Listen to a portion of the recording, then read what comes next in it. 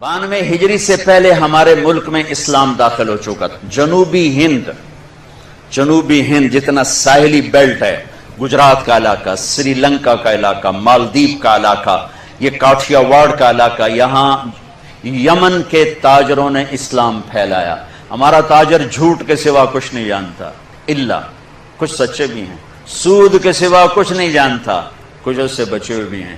ہیرا پھیری کو تجارت کہتا ہے، دھوکے کو تجارت کہتا ہے، ملاوٹ کو تجارت کہتا ہے، ہڑپ کر جانے کو کاروبار کہتا ہے۔ لیکن پہلی صدی کا تاجر، اس نے مال بھی بیچا اور کلمہ بھی پھیلا دیا۔ ویڈیو شروع کرنے سے پہلے چینل کو سبسکرائب کریں اور بیل آئیکن کے بٹن کو ضرور پریس کریں۔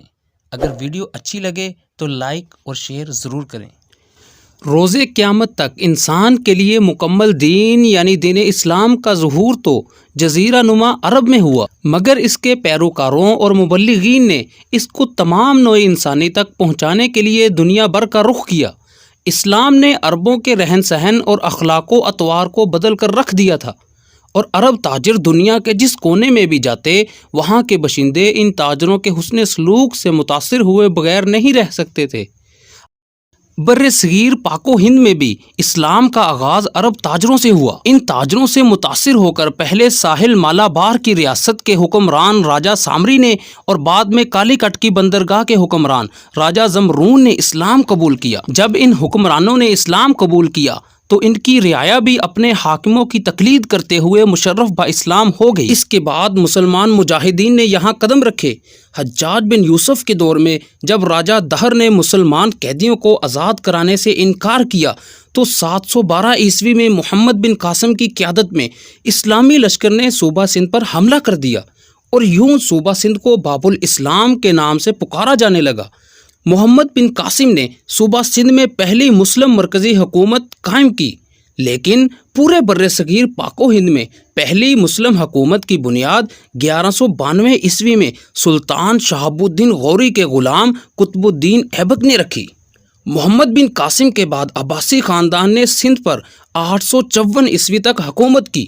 سن 1000 میں سلطان محمود غزنوی نے ہندوستان پر حملے شروع کیے، اور سن 1030 میں اس کی وفات کے ساتھ ہی ان حملوں کا سلسلہ بھی رک گیا۔ 1170 عیسوی سے 1192 عیسوی تک پاک و ہند کے مختلف علاقوں پر غوری خاندان نے حکومت کی۔ اس خاندان نے غلام قطب الدین ایبک کی قیادت میں حکومت قائم کی، جو 1290 عیسوی تک قائم رہی۔ 1290 عیسوی سے 1320 تک یہ خاندان ہندوستان پر صاحب اقتدار رہا۔ 15ویں صدی عیسوی میں اس خاندان سے اقتدار کی باغ دوڑ چھین لی گئی اور لودھی خاندان اقتدار پر قابض ہوا۔ 1524 عیسوی میں ایک غیر ملکی حکمران ظہیر الدین بابر نے ہندوستان کی حکومت پر قبضہ کر لیا، اور یوں مغلیہ خاندان کی حکمرانی کی بنیاد رکھی گئی۔ مغلیہ دور حکومت کو تاریخ میں 2 حصوں میں تقسیم کیا گیا ہے۔ ان ادوار کو مغل اول اور مغل ثانی کے نام سے یاد کیا جاتا ہے۔ 1524 عیسوی سے 1707 اورنگزیب کی وفات تک مغلوں کا دور اول تھا، اور 1707 عیسوی سے 1858 تک ہندوستان پر مغل ثانی برسر اقتدار رہے۔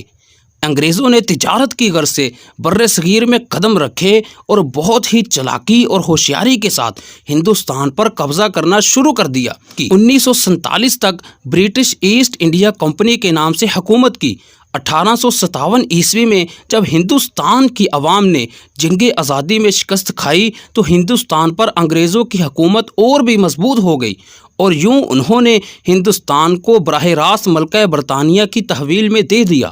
پاک و ہند کی عوام کو 1947 تک کا عرصہ غلامی کی صورت میں گزارنا پڑا، اور پھر آزادی کا سورج طلوع ہو گیا۔